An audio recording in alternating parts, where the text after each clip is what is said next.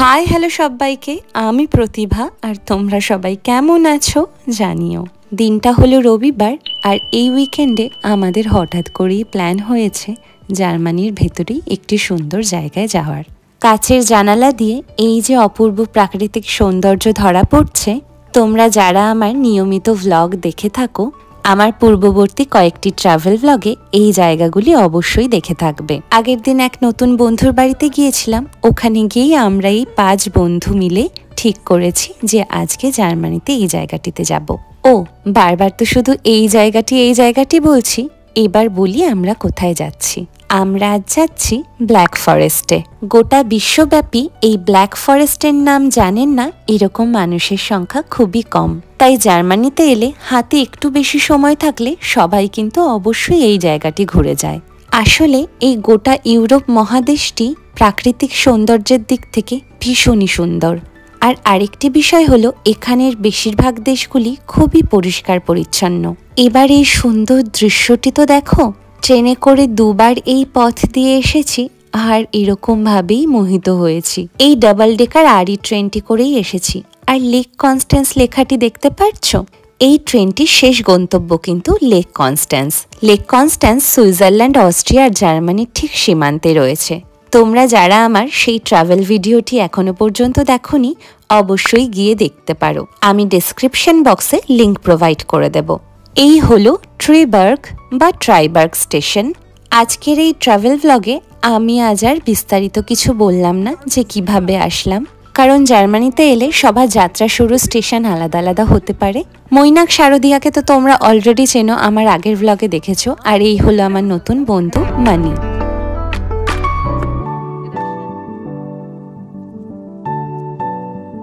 পাহাড়ে ঘেরা ট্রিবার্গ স্টেশনটি খুবই সুন্দর। স্টেশনে নেমেই দেখতে পেলাম এই পুরনো রেল ইঞ্জিন গাড়ি। এই রাস্তা বরাবর যে স্পটটি, সেখানে আমরা পরে যাব। যে কোনো জায়গায় গন্তব্যের শুরুর দৃশ্যটাই যদি এতটা সুন্দর হয়, তাহলে বেশ ফুরফুরে লাগে, আর পরবর্তী স্থানগুলো দেখার জন্য উত্তেজনাও অধিক হয়ে যায়। লেক কনস্ট্যান্স যাওয়ার পথে ট্রেন থেকেই এই অপূর্ব সুন্দর ট্রাইবার্গ গ্রামটি আমরা দেখেছিলাম। তখনই এত ভালো লেগেছিল, ভেবেছিলাম অবশ্যই আসব। আর দেখো, আজ সেই আশা হয়েই গেল। যাই হোক, এই স্টেশন থেকে কিন্তু কিছু নির্দিষ্ট সময়ে বাস যাতায়াত করে, যেই বাস সোজা নিয়ে যায় ব্ল্যাক ফরেস্টের গেটের ঠিক সামনে। বাসের জন্য 15 মিনিট দাঁড়াতে হতো, তাই আমরা ঠিক করলাম যে হেঁটেই যাব। সেটাতে একটি বেনিফিট হলো, দুধারের এই সুন্দর দৃশ্য, পাহাড়ে ওঠা, নিজেদের পছন্দসই স্থান বেছে নিয়ে বিভিন্ন পোজে ছবি তোলা, আর বন্ধুরা মিলে গল্প করতে করতে যাওয়া। আর এই দেখো, হাঁটতে হাঁটতে আমরা কিন্তু প্রায় পৌঁছেও গিয়েছি। খুব বেশি সময় লাগেনি, 20 থেকে 25 মিনিট মতো লেগেছে। আমি যেদিকে আঙুল নির্দিষ্ট করলাম, এই সোজা গেলেই আসবে ব্ল্যাক ফরেস্ট। ওই দেখো, সামনেই পাহাড় দেখা যাচ্ছে।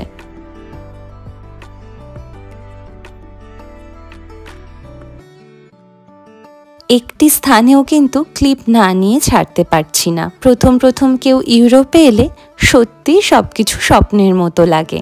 এই দেখো, রাস্তার মাঝে কি সুন্দর ফুল পাতা দিয়ে কি দুর্দান্ত সাজিয়ে রেখেছে। কোনো বাহারি রঙের ফুল দেয়নি কিন্তু, শুধু সাদা ফুল আর যত সবুজ পাতা গাছ সব দিয়ে এই সুন্দর জায়গাটি সাজানো।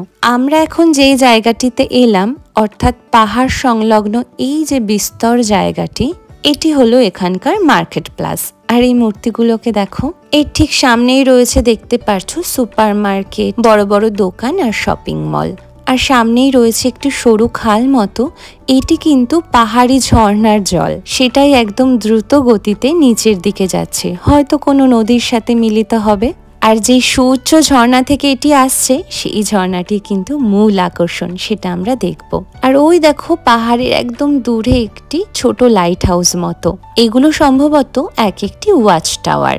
চলো এবার ধীরে ধীরে এগোই। এই রাস্তাটা কিন্তু একটু উঁচুর দিকে যাচ্ছে, চোখে দেখে হয়তো অতটা বোঝা যাচ্ছে না, তবে হাঁটতে গেলে একটু এফর্ট দিতে হচ্ছে। আর ওই দেখো, এতগুলো পতাকার মাঝে আমাদের দেশের জাতীয় পতাকা রয়েছে। দেখে 2 মিনিটের জন্য দাঁড়িয়ে পড়লাম। সত্যি কথা বলতে এই অচেনা দেশে এসে দেশের যা কিছু একটু দেখতে পেলেই মনটা ভারী খুশি হয়ে যায়, সে দেশের মানুষের কথা শোনা হোক বা খাবার। আর এই হলো একটি বিশেষ আকর্ষণ, এটি হলো কুকুক ক্লক। প্রতি ঘন্টায় ঘন্টায় একটি পাখি বেরিয়ে আসবে ওই ছোট্ট কুড়ে ঘরের কোঠরটি থেকে। সারা বিশ্বব্যাপী এই কুকুক ক্লক কিন্তু ভীষণই ফেমাস, তাই এই স্থানটি কিন্তু ব্ল্যাক ফরেস্ট কেকের পাশাপাশি এই কুকুক ক্লকের জন্য পৃথিবীব্যাপী বিখ্যাত। পৃথিবীর সব থেকে বড় কুকুক ক্লক কিন্তু এখানেই রয়েছে, অর্থাৎ ব্ল্যাক ফরেস্ট সংলগ্ন এরিয়াতে। সেটা আমরা এই ভেতরের জঙ্গল ঘুরে তারপরে যাব দেখতে। এই সম্পূর্ণ জায়গাটি কিন্তু একটি ট্যুরিস্ট স্পট, এখানে অনেকে স্টেও করে যায় একদিনের জন্য বা কিছু দিনের জন্য। আর এগুলি হচ্ছে সুন্দর সুন্দর ক্যাফে। আর এই যে দেখতে পাচ্ছ এখানে লেখা ওয়াটারফল, মানে সামনেই রয়েছে একটি ওয়াটারফল। আর সেই ওয়াটারফল দেখতে গেলে ঢুকতে হবে এই বনাঞ্চলের ভেতরে, যার জন্য আমাদের কাটতে হবে টিকিট। এই যে সামনের বাজ পাখিটি আমাদের স্বাগতম করছে আর জানাচ্ছে এটি হলো এলিন পার্ক। আর এই যে পোস্টারে দেখাচ্ছে 25শে ডিসেম্বর থেকে 30শে ডিসেম্বর পর্যন্ত এখানে বসবে ক্রিসমাস মার্কেট আর সেলিব্রেট করবে ওরা ক্রিসমাস। আর এটি হলো একটি ডিজিটাল ম্যাপ, যেটা একটার পর একটা জায়গা শো করছিল আর সেখানে যেতে কতক্ষণ সময় লাগবে সেটাও দেখাচ্ছিল। আমরা আর ধৈর্য ধরে দাঁড়িয়ে থেকে দেখিনি, শুধু একটা কাগজের ম্যাপ নিয়ে হাঁটা শুরু করে দিয়েছি। এই হলো ভেতরের পরিবেশটা। প্রথমে ঢুকেই কাঠ দিয়ে ব্যারিকেড করা, আর দেখো চারিদিকে শুধু পাইন গাছ আর সুন্দর সুন্দর কাগজের কোলাজ করে চারিদিকটা সাজানো। আর এই হলো সেই বিশেষ আকর্ষণ ওয়াটারফল। গোটা ব্ল্যাক ফরেস্টের অনেকগুলি দিক আছে আর অনেকগুলি দর্শনীয় স্থান, তার মধ্যে এই জায়গাটি হলো ওয়াটারফলের জন্যই ফেমাস। রাত হলেও কিন্তু এই চারিপাশে সৌন্দর্য থাকবে, কারণ অনেক লাইট দিয়ে সাজানো। এ বাবা দেখো এক কাঠবেড়ালি, সে বেচারা শুধু এদিক থেকে ওদিক ঘুরে বেড়াচ্ছে।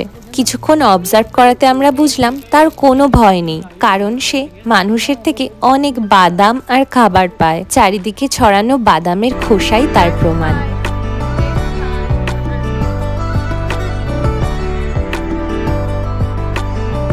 বনভূমির ভেতরের রাস্তা ঠিক যেরকম ভাবে উঁচুর দিকে উঠছে, আমরাও ঠিক তেমন ভাবেই যাচ্ছি। বেলা ধীরে ধীরে বাড়ছে আর ঠান্ডা একটুখানি কমেছে আগের থেকে, তবে এতটা হাঁটবার জন্যই হয়তো ঠান্ডা একটু কম লাগছে।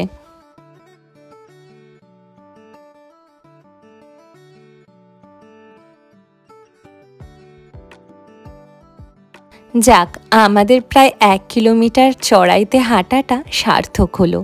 ওপর থেকে এই দৃশ্যটা দেখেই মন জুড়িয়ে গেল।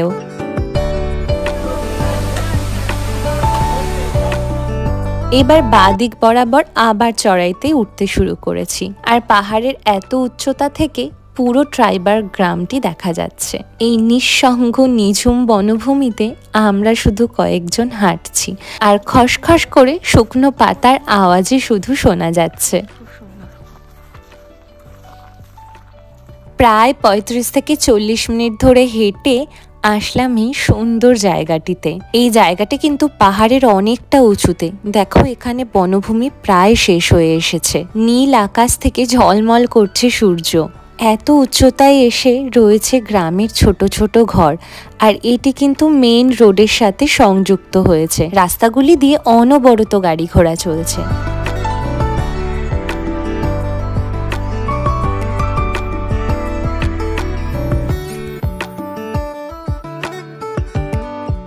আমরা যখন ফরেস্টের ভেতরে প্রবেশ করলাম, ভাবিনি যে পাহাড়ের উঁচুতে এত সুন্দর একটি জায়গা রয়েছে। আমি এখানে এটাই বলছিলাম যে সম্পূর্ণ জায়গাটি যেন মনে হচ্ছে সুইজারল্যান্ডের মতো। আমি সেই দেশটিতে যাইনি এখনো, তবে হলপ করে বলতে পারি সেখানকার প্রাকৃতিক সৌন্দর্যও কিন্তু ঠিক এরকমই।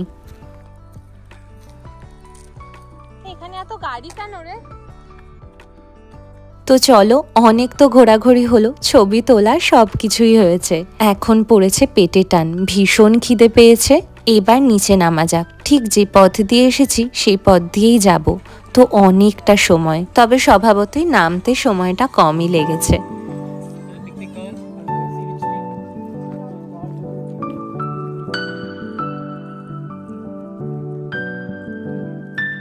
এই দেখো, এখানে সব বাড়ির দৌড়ে দৌড়েও কিন্তু এরকম কুকু ক্লক দেখতে পারবে, তবে তাদের আকৃতি আর ধরন বিভিন্ন জায়গায় বিভিন্ন রকমের। আমরা এখন এসে পৌঁছেছি এই বাস স্ট্যান্ডে। এখান থেকেই আমাদের যাওয়ার বাস ধরতে হবে, তবে তার আগে আমরা লাঞ্চটা সেরে ফেলবো। অলরেডি লাঞ্চের টাইম ওভার হয়ে গেছে, এখন প্রায় 3:30 মতো বাজে। ইউরোপের বিভিন্ন কান্ট্রিতে যখন তুমি ঘুরতে যাবে, মুশকিল হলো একটাই, এখানকার খাবার দাবারে। সব জায়গায় যে সব জাতীয় খাবার পাবে তা একেবারেই নয়, তাই ওরা সব রেস্টুরেন্টে গিয়ে দেখে আসছে যে চিকেন বা সবজি জাতীয় কিছু পাওয়া যাচ্ছে কিনা। যাই হোক, ঘুরে ফিরে তাও একটি দোকানে চিকেনের অবশেষে কিছু পাওয়া গেল। আমরা সবাই মিলে নিয়েছিলাম এই চিকেন পিৎজা, সাথে আমি এই চিকেনের প্ল্যাটারটা নিয়েছিলাম যার মধ্যে পমাস দিয়ে ভরা ছিল, আর ওরা নিয়েছিল এই ল্যাম্প প্ল্যাটারটা। আমি তো ল্যাম্প খাই না, তাই আমি চিকেন নিয়েছিলাম, আর সাথে নেওয়া হয়েছিল কোক, যেটা ম্যান্ডেটরি। এবার ঝটপট করে লাঞ্চটা কমপ্লিট করা যাক, অনেক দেরি হয়ে গেছে।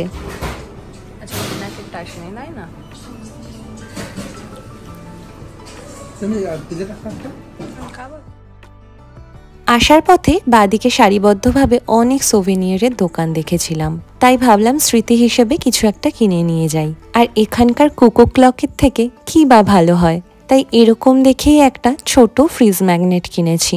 কিন্তু এখানে এই বড় ঘড়িগুলোর যা দাম, বাবারে বাবা, 5,000 10,000 সব এরকম এক একটা দাম। আর এই সফট টয়েস গুলো ভীষণ সুন্দর লাগছিল, কি সুন্দর কাঠের ছোট ছোট চাকাওয়ালা গাড়িতে রেখে দিয়েছে দেখো।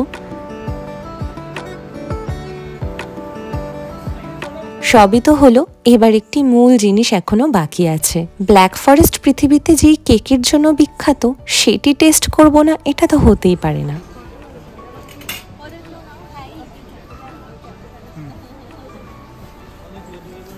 I will check today. I should come in there. Yeah, please. New enrollment.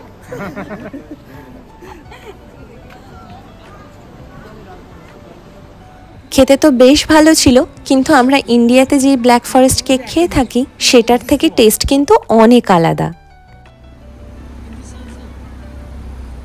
চলো এই অপূর্ব জায়গাটিকে এবার বিদায় জানাই। বিকেল গড়িয়ে প্রায় সন্ধ্যা হয়ে যাচ্ছে। এবারে আমরা যাব বাস স্টপের উদ্দেশ্যে, আর এই বাসটি আমাদেরকে স্টেশন পর্যন্ত নিয়ে যাবে। আসার সময় তো হেঁটে এসেছিলাম, কিন্তু যেহেতু আমরা আরেকটি জায়গায় যাব, তাই বাসটা ধরে নিলাম যাতে তাড়াতাড়ি হয়ে যায়। পাহাড়ের গা বেয়ে এই সরু রাস্তা দিয়ে আমরা এবার যাব আমাদের পরবর্তী স্পটে। এই ব্যাপারটি ভীষণই অ্যাডভেঞ্চারাস বলতে পারো। আসলে গুগল ম্যাপে আমাদের যেই ডিরেকশন দেখিয়েছে সেটাতে এই রাস্তাটিই শো করছে। প্রায় অনেকক্ষণ হাঁটার পরে যখন আমরা কুলকিনারা কিছু খুঁজে পাচ্ছি না, ফাইনালি এই স্পটটি দেখতে পেলাম। পাহাড়ের মধ্যে সরু একটি স্যাঁতস্যাঁতে রাস্তা বরাবর নিচে নেমে এলাম আমরা। সেই এক্সপিরিয়েন্সটা যদি আমি তোমাদের ভিডিওর মাধ্যমে দেখাতে পারতাম, কিন্তু তখন কোথায় ভিডিও আর কোথায় ক্যামেরা, নিজেই সাবধানে চলছিলাম। যাই হোক, এই হলো সেই পৃথিবী বিখ্যাত সব থেকে বড় কুকু ক্লক। ঘন্টায় একবার করে এই ক্লকের ভেতর থেকে বেরিয়ে আসে একটি বড় কুকু পাখি। আসবার সময় আমরা আর অত সাহসিকতা দেখাইনি। দেখো চারিদিকটা কত অন্ধকার হয়ে গেছে, আর এমনও নয় যে রাস্তাঘাটে প্রচুর লোকজন রয়েছে। আর এই সরু নালাটিও কিন্তু সেই ঝর্ণার জলের ওখান থেকেই আসছে। আমরা এখন হাঁটা শুরু করেছি স্টেশন বরাবর। পাহাড়ের ওই সরু গলি দিয়ে ফিরতি পথে গেলে আর দেখতে হতো না, এত অন্ধকারে সেখানে কোনো জনপ্রাণী নেই। এই তো প্রায় 20 মিনিট লাগলো হাঁটা পথে। আমরা এখন এসে পৌঁছেছি ট্রাইবাগ স্টেশনে, আর সেখান থেকে ট্রেন ধরে কার্লসরুহে পৌঁছলাম। এখান থেকে আবার ট্রেন ধরে সোজা বাড়ি ফিরবো। চলো আজকের ভ্লগটা তাহলে এখানেই শেষ করছি। তোমাদের আমার এই ট্রাভেল ভ্লগটা কেমন লাগলো অবশ্যই জানিও, আর ইউরোপের কোন জায়গাটি তোমরা দেখতে চাও সেটা অবশ্যই কমেন্টে জানিও। ভ্লগটি ভালো লাগলে লাইক, শেয়ার আর সাবস্ক্রাইব করে দিও চ্যানেলটিকে। দেখা হচ্ছে খুব শীঘ্রই পরবর্তী আরেকটি ভ্লগে। ততক্ষণের জন্য চলো টাটা।